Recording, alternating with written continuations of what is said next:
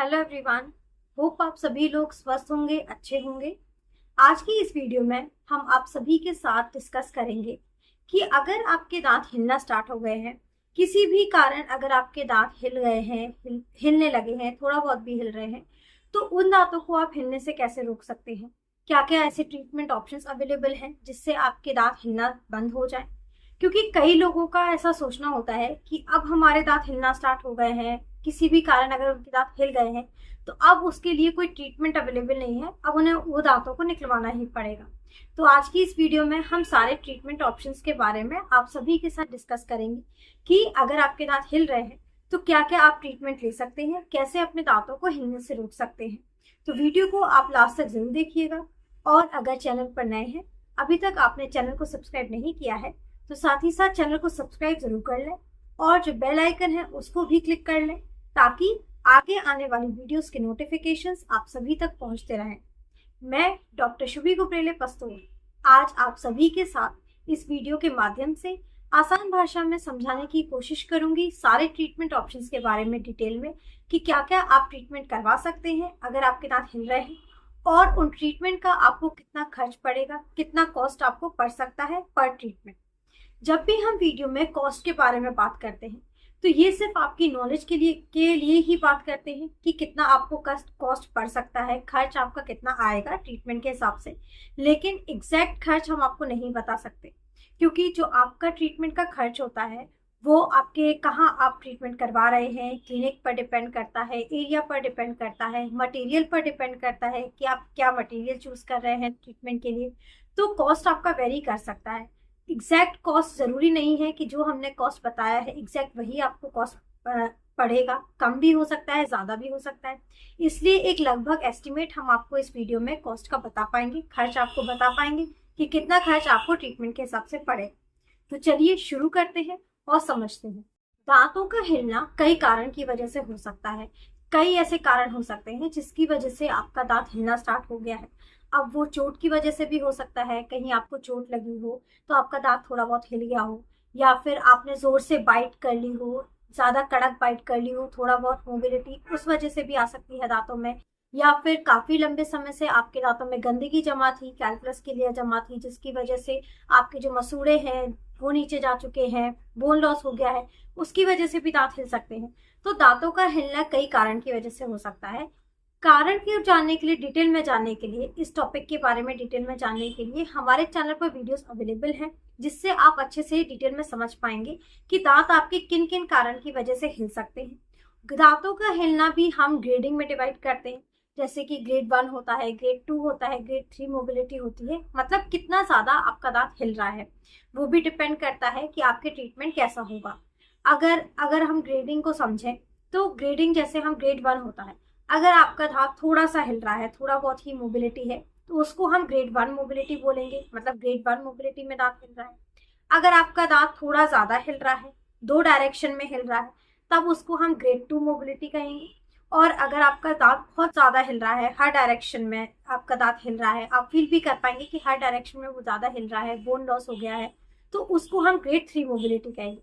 तो ट्रीटमेंट का ऑप्शन भी इस पे भी डिपेंड करता है कि कितना ज्यादा आपका दांत हिल रहा है, ग्रेड 1 मोबिलिटी है, ग्रेड 2 मोबिलिटी है, या फिर ग्रेड 3 मोबिलिटी है। तो इस वीडियो में हम बात कर रहे हैं सिर्फ ट्रीटमेंट के बारे में, क्या क्या ट्रीटमेंट अवेलेबल हो सकते हैं। अब अगर आपका दांत में ग्रेड 1 मोबिलिटी है, ग्रेड 1 मोबिलिटी यानी कि अगर थोड़ा बहुत ही दांत आपका हिल गया है, किसी भी कारण अगर आपका दांत थोड़ा बहुत हिल गया है, तेज बाइट की वजह से या गिरने की वजह से, चोट लगने की वजह से या गंदगी की वजह से, अगर थोड़ा बहुत ही दांत हिल रहा है, ग्रेड 1 मोबिलिटी है, तब उसके लिए आप ट्रीटमेंट करवा सकते हैं और ट्रीटमेंट से अपने दांत को हिलने से रोक सकते हैं।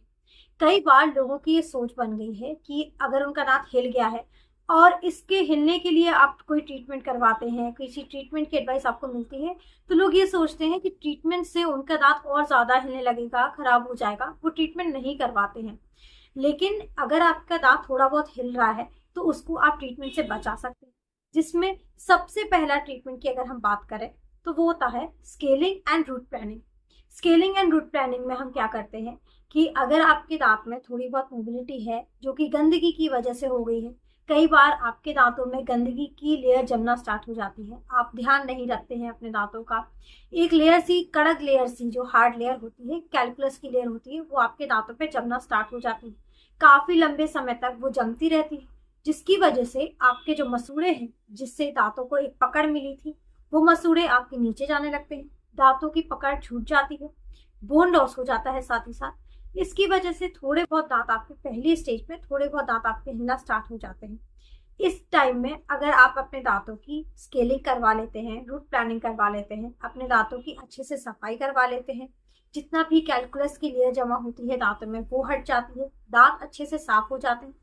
सफाई करवाने के बाद आप अपने दांतों की अच्छे से केयर रखते हैं, सफाई मेंटेन रखते हैं, ओरल हाइजीन मेंटेन रखते हैं, तो जो आपके मसूड़े थोड़ा दूर हो जाते हैं दांत से, वो धीरे धीरे अपने दांतों के पास वापस आ जाते हैं, सपोर्ट दांतों को मिल जाता है, दांतों की जो मोबिलिटी थी वो दूर हो जाती है, दांत आपके हिलना बंद हो जाते हैं। तो सबसे पहला ट्रीटमेंट ऑप्शन होता है, अगर आपके दांत थोड़ा बहुत हिल रहे हैं तो आप उन दांतों की अच्छे से सफाई करवा लें, गंदगी अच्छे से रिमूव करवा लें, घर पर भी सफाई अच्छे से मेंटेन करें, ताकि मसूड़े की पकड़ अच्छे से दांतों को मिल पाए और दांत आपके जो हिल रहे हैं वो बंद हो जाए। अब सेकंड, अगर हम ट्रीटमेंट की ऑप्शन की बात करें तो सेकंड ऑप्शन होता है स्प्लिंटिंग। स्प्लिंटिंग किसे कहते हैं? स्प्लिंटिंग होता है दांतों को, जो आपके मजबूत दांत है, अगर आपके दांत हिल रहे हैं, हिलने के साइड में आपके मजबूत दांत भी प्रेजेंट हैं, जो ना दांत नहीं हिल रहे हैं, उनके सपोर्ट से आपके जो दांत हिल रहे हैं उनको कनेक्ट कर दिया जाता है। कनेक्ट करने के भी आपके दो ऑप्शन रहते हैं, आप दांतों को वायर के थ्रू भी कनेक्ट कर सकते हैं, वायर से भी स्प्लिंट कर सकते हैं, और सेकंड आप कैपिंग से भी दांतों को कनेक्ट कर सकते हैं। तो स्प्लिंटिंग ऑप्शन भी आपके दांतों की मोबिलिटी को दूर करने के लिए सबसे अच्छा रहता है। स्प्लिंटिंग में हम क्या करते हैं, जो दांत आपके हिल रहे हैं, जैसे अगर हम इससे समझें, जैसे आप समझ सकते हैं कि ये वाले दांत, अगर आपके 3 दांत आगे के हिल रहे हैं, उसके साइड में जो दांत प्रेजेंट है वो आपके हेल्दी हैं, वो आपके स्ट्रांग हैं, वो नहीं हिल रहे हैं, मजबूत हैं, तो उनकी मदद से आप लिंगुअली साइड से, अंदर की साइड से आप दांतों को कनेक्ट कर देते हैं, सारे दांतों को कनेक्ट कर देते हैं, जितने भी दांत हिल रहे हैं और मजबूत दांत, उन सारे दांतों को अंदर की साइड से कनेक्ट कर देते हैं। कुछ दिन तक आप इसको ऐसे रखते हैं, वायर की हेल्प से भी कर सकते हैं, और कुछ दिन बाद आपके जो दांत हिल रहे हैं वो हिलना बंद हो जाते हैं, कनेक्ट रहते हैं, हिलना बंद हो जाते हैं, मोबिलिटी चली जाती है। सेकेंड ऑप्शन होता है कैपिंग का। कैपिंग में क्या करते हैं, अगर आपका दांत थोड़ा बहुत ग्रेड 1 में मोबिलिटी है, थोड़ा बहुत अगर आपका दांत एक हिल रहा है बीच का, और साइड में आपके मजबूत दांत प्रेजेंट है, तो उन साइड में दांत की हेल्प से आप ब्रिजिंग प्रिपेयर करते हैं। ब्रिज यानी कि होता है 2 दांतों की मदद से आप एक ब्रिज बनाते हैं, 3 दांत का एक राउंड बनाते हैं और उसको आप अपने दांतों पे फिट करवा लेते हैं। उससे भी जो दांतों की मजबूतियत होती है वो वापस अपने दांतों पे आ जाती है, दांत आपके हिलना बंद होते हैं। पहले आप अपने दांतों की सफाई करवाते हैं, प्रॉपर अच्छे से क्लीनिंग के बाद नाप लेके आप उसके ऊपर ब्रिज लगवा देते हैं। इससे भी जो आपके दांत मजबूत दांत से कनेक्ट हो जाते हैं, धीरे धीरे उनकी मोबिलिटी चली जाती है। तो सेकंड ट्रीटमेंट होता है स्प्लिंटिंग। पहला था scaling and route planning, second होता है स्प्लिंटिंग। अब अगर हम बात करें कि अगर आपका दांत थोड़ा ज्यादा हिलने लगा है, काफी, अगर ग्रेड 3 मोबिलिटी आ गई है, ग्रेड 2 के बाद 3 मोबिलिटी आ गई है, हर डायरेक्शन में आपका दांत हिल रहा है, इसके लिए, इसके ट्रीटमेंट ऑप्शन के लिए आप सर्जिकल ट्रीटमेंट के लिए जा सकते हैं। सर्जिकली भी आप इसको ठीक करवा सकते हैं। कई बार लोग क्या ये सोचते हैं कि हमें, अगर हमारे दांत बहुत ज्यादा हिल गए तो वो सर्जिकली इसको ठीक नहीं करवाते हैं। सर्जिकली अगर आप इस ट्रीटमेंट के लिए नहीं जाते, देन आपके पास लास्ट ऑप्शन इसका एक्सट्रैक्शन बचता है। एक्सट्रैक्शन यानी कि इसको निकलवाने की भी सलाह मिलती है। ज्यादातर केसेस में जब ग्रेड 3 मोबिलिटी हो जाती है, जब बहुत ज्यादा दांत हिलने लगता है, तब डेंटिस्ट आपको एक्सट्रैक्शन की ही एडवाइस देते हैं कि आप उस दांत को निकलवा लें।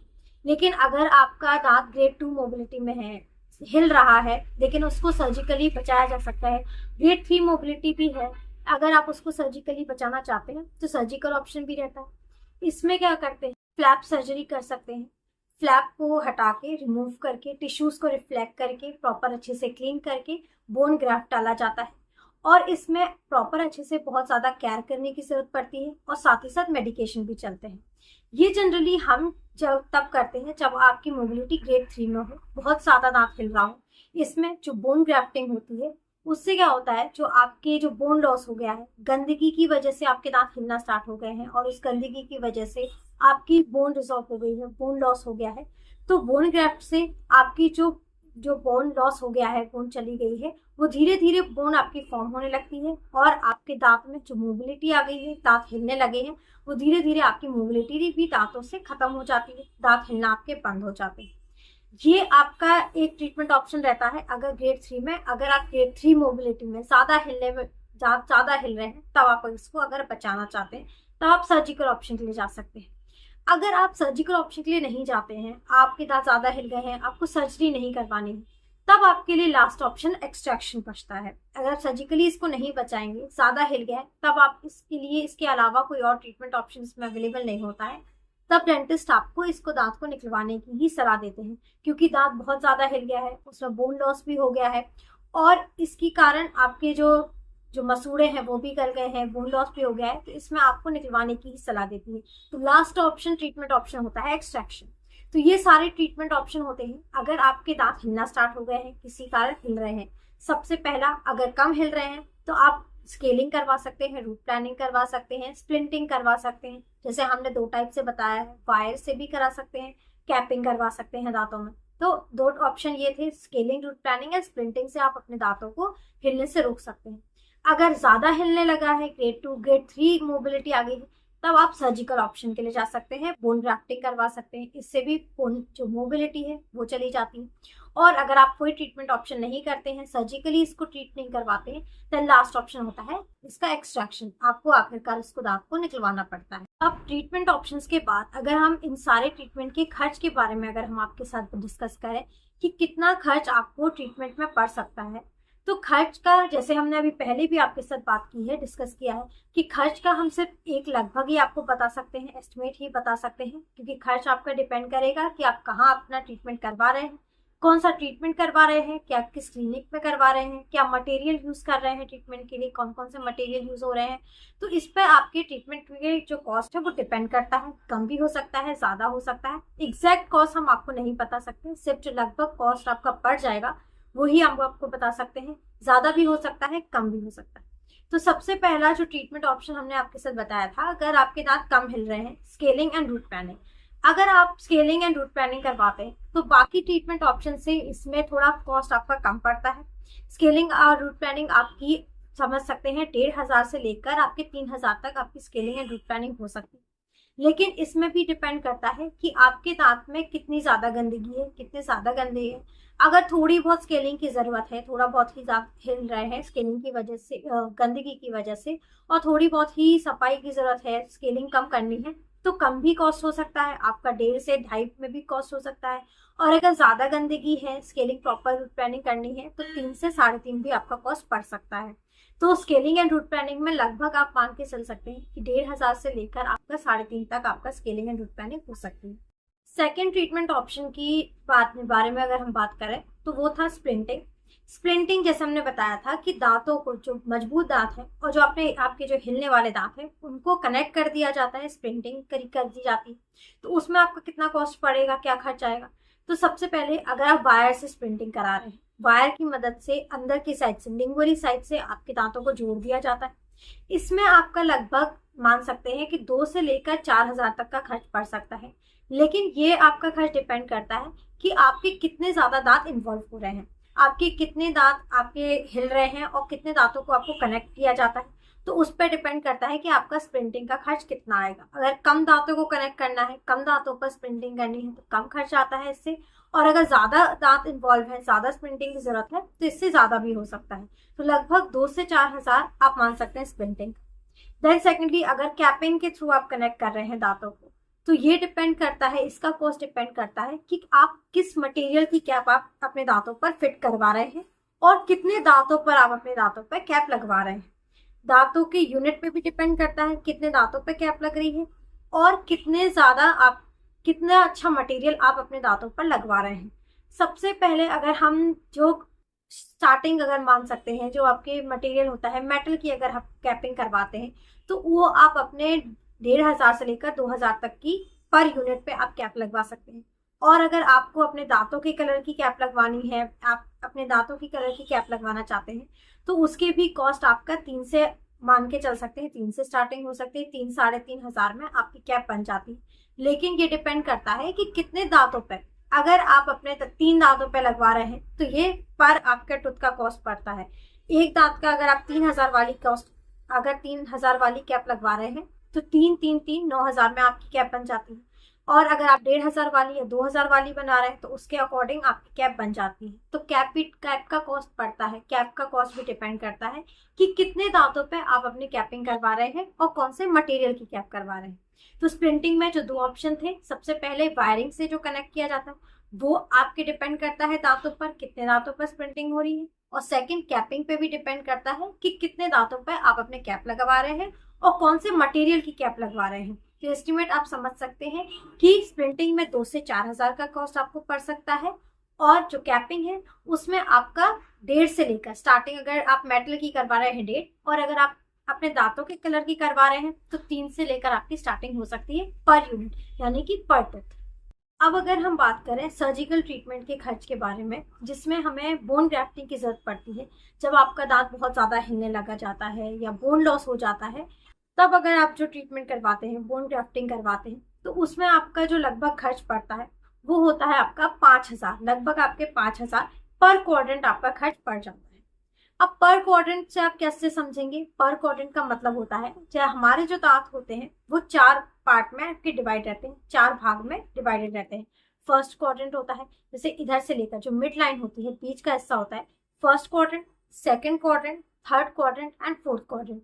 अगर हम इससे समझेंगे तो जो आपके जो 2 आगे के जो दांत होते हैं वहां से आपका एक क्वाड्रेंट स्टार्ट होता है, फर्स्ट क्वाड्रेंट होता है, देन सेकंड होता है, थर्ड होता है एंड फोर्थ क्वाड्रेंट होता है। तो इस पे भी डिपेंड करता है कि जो आपका सर्जिकल ट्रीटमेंट होता है, क्वाड्रेंट पे भी डिपेंड करता है किस क्वाड्रेंट में आपका ट्रीटमेंट चल रहा है, और कितने दांत इन्वॉल्व है उस पर भी डिपेंड करता है कि कितने दांतों में बोन लॉस हो गया है, बोन ग्राफ्टिंग की कहाँ आपको जरूरत है, तो उस पर भी डिपेंड करता है। तो लगभग आप समझ सकते हैं कि अगर आप पर क्वाड्रेंट समझ रहे हैं तो पर क्वाड्रेंट लगभग 5000 आपका खर्च सर्जिकल ट्रीटमेंट में आपके आ सकता है मोबिलिटी के लिए। तो लगभग इतना खर्च आपका सारे ट्रीटमेंट में पड़ सकता है। अगर आप स्केलिंग करवाते हैं तो उसका ट्रीटमेंट आपका थोड़ा कम पड़ता है। अगर आपके कम दांत हिल रहे हैं, मोबिलिटी कम, तो उसके हिसाब से खर्च पड़ता है। अगर आप स्प्लिंटिंग करवाते हैं तो उसका खर्च अलग पड़ता है। और अगर आप सर्जिकल ट्रीटमेंट करवाते हैं तो उसका कॉस्ट थोड़ा सा ज्यादा पड़ जाता है कंपेरेटिव टू अगर आप स्केलिंग और स्प्लिंटिंग करवाते हैं। तो ये सारे आपके ट्रीटमेंट ऑप्शंस थे कि क्या क्या आप ट्रीटमेंट करवा सकते हैं अगर आपके दांत हिल रहे हैं, और क्या क्या ट्रीटमेंट में आपका कितना खर्च पड़ सकता है, ये अभी हमने आपके साथ डिस्कस किया। उम्मीद है आपको सारे ट्रीटमेंट ऑप्शंस अच्छे से समझ आ गए होंगे कि क्या क्या ट्रीटमेंट अवेलेबल हो सकते हैं, कैसे आप अपने दांतों को ठीक करवा सकते हैं। अगर आपके दांत हिल रहे हैं तो कैसे आप अपने दांतों को हिलने से रोक सकते हैं, क्या क्या ट्रीटमेंट करवा सकते हैं, और आप किस ट्रीटमेंट पे जा रहे हो और किस ट्रीटमेंट पे आपका कितना खर्च आएगा, ये आपको उम्मीद है अच्छे से समझ आ गया होगा। लेकिन अगर फिर भी आपके कोई भी क्वेश्चंस हैं या कोई भी डाउट्स हैं इस टॉपिक से रिलेटेड, अगर आपके दांत हिल रहे हैं फिर भी आपके कोई भी क्वेश्चंस हैं, तो आप हमें हमारे कमेंट सेक्शन में पूछ सकते हैं। अगर आपको हमारा ये वीडियो हेल्पफुल लगा है तो इसे आप ज़्यादा से ज़्यादा लोगों तक पहुंचाइए, ज़्यादा से ज़्यादा लोगों तक शेयर करें। और अगर चैनल पर नए हैं, अभी तक आपने हमारे चैनल को सब्सक्राइब नहीं किया है, तो साथ ही साथ चैनल को सब्सक्राइब कर लें और जो बेल आइकन है उसको ज़रूर क्लिक करें, ताकि आगे आने वाली वीडियोस की नोटिफिकेशंस आप सभी तक पहुंचते रहें। Thank you, have a nice day and keep smiling.